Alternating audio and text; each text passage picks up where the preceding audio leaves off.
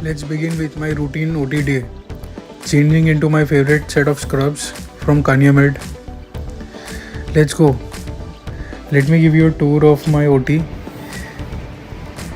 Let's start with the recovery room. Entering the recovery room, the patients, this is 8 a.m. in the morning, just reached the OT. The patients have been shifted. Now let's enter into the OT complex. So changing into my OT shoes, and here we go. So we have 5 OTs here. So this OT1 and all preparations are done for the spine case. This is OT2 and this is the third OT where the patient has already been taken in. It is a lumbar listhesis and a decompression fixation surgery will be done here. So this is the patient which we will be operating today. It is a cervical patient with neck pain and upper limb radiation. So the patient is shifted inside the OT and anesthetists have given me privilege to intubate the patient. So I'll be putting in the tube today. The intubation is the process of giving general anesthesia to the patient so that patient is anesthetized throughout the surgery and does not experience pain. So this was a bougie guided intubation which I performed under the guidance of our anesthetist. So after anesthesia, the patient is all set for positioning. We have positioned the patient, and after positioning, here comes the painting and draping part. Here I am sterilizing and cleaning the operative area, and a draping is performed after that. So the patient is properly draped so that sterility is maintained and the surgery can be carried out with strict aseptic precautions. These drapes are sterile and autoclaved, which prevent any body part or contaminant coming into the surgery field. So the assistant is one of the implant guys who is helping me with the draping. So while we are draping, let me just give an overview about the surgery.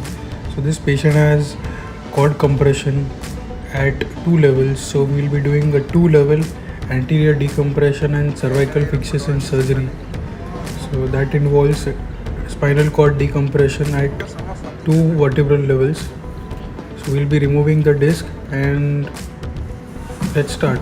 So I'll be the assistant here and the senior surgeon is operating upon, and we have done the discectomy under the operating microscope, which helps us to visualize things better and improve the safety of the surgery.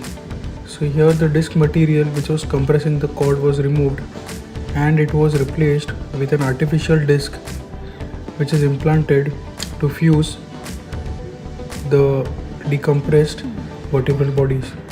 So this spacer goes into the disc space and helps in fusion. So this space is now hammered into the disc space, and the spacer, which is filled with bone graft, acts as a bed for fusion between these 2 vertebral bodies where the discectomy was performed. So after the spacer is placed into the disc space, it is fixed with the help of screws.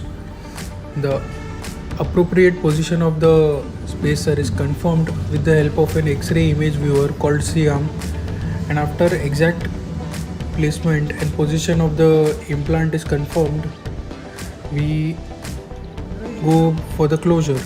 So what we have done basically is removed the disc fragment which was compressing on the spinal cord and causing the symptoms in the patient.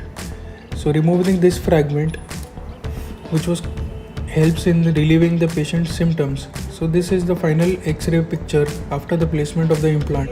So after the decompression part is finished, now 2 important steps remain, which is the closure of the wound and then reversal of the patient from anesthesia. So to close the wound, we opened it in layers. So we close it in layers. Firstly, we close the muscle layer, followed by the skin layer. The wound is closed over a drain which is placed in negative suction, which sucks out the blood which gets collected in the dead space which is created by the surgery. When patient is reversed out of anesthesia and extubated, so collar is placed to protect the patient for few days till we start the exercise. Finishes the surgery which was carried out successfully with a positive and good outcome. The patient was mobilized immediately the same evening out of bed and was walking comfortably.